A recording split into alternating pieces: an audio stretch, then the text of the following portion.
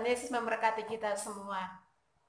Apakah kita harus menunggu kaya, punya banyak tabungan, dan terkenal di mana-mana baru kita bisa berbagi buat orang lain? Itu salah. Kita jadi orang nggak boleh pelit. Orang pelit itu tipenya merasa takut untuk berbagi, merasa rugi. Orang pelit itu selalu merasa kurang, ini itu. Orang pelit itu selalu memikirkan diri sendiri, egois. Yang penting aku. Orang pelit itu hitung-hitungan kalau dia memberi kepada orang lain. Loh, aku aja nabung kok, masa aku memberi kepada dia? Tapi kalau dia menerima sesuatu nggak pernah hitung-hitungan, nggak pernah merasa puas.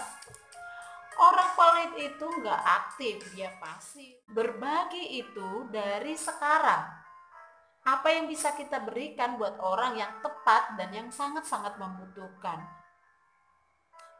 Berbagi itu nggak akan pernah rugi. Membuat kita kekurangan, kelaparan. Berbagi itu nggak mubazir kalau kita melakukannya dengan tulus, tanpa mengharapkan imbalan.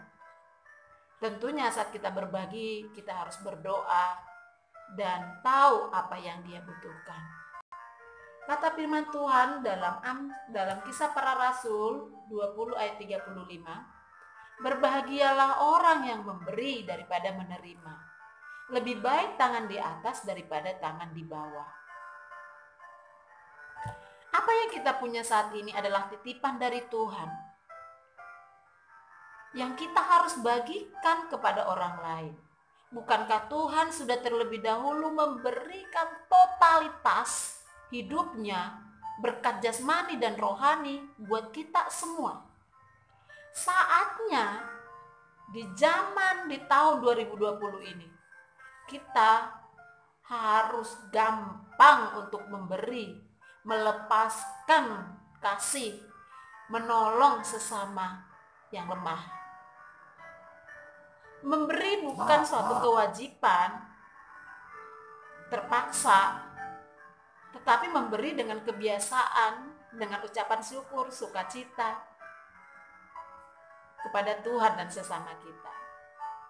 Tenang, saat kita memberi, Tuhan berjanji akan mengembalikan berkali lipat kali ganda, bahkan dengan ukurannya Tuhan. Pastinya kita semua mau dong, kita akan diberkati Tuhan dan orang lain terberkati. Ada sebuah kisah di satu kelas, saat jam istirahat, semua anak-anak yang di kelas membuka bekalnya, lalu seorang anak izin karena dia melihat bekalnya kosong, gak ada apa-apa, dan dia cukup kelaparan. Dia keluar, dia hanya minum air dari keran. Lalu dia kembali lagi ke kelas. Apa yang terjadi? Saat dia duduk, dia mulai buka bekalnya. Kok berat? Dia lihat isinya, ada roti, ada jeruk, ada sosis, ada gorengan dan sebagainya. Begitu dia terharu bahwa di sekitarnya bisa peka apa yang dia butuhkan dan dia bisa menikmati. Bukankah anak-anak yang di kelas itu juga orang-orang yang berbahagia dan memberikan apa yang mereka punya saat itu? Nggak tunggu nanti, besok. Saudara yang terkasih, mari selamat berbagi. Sekalipun kita rajin nabung, hemat, tapi ingat berbagi.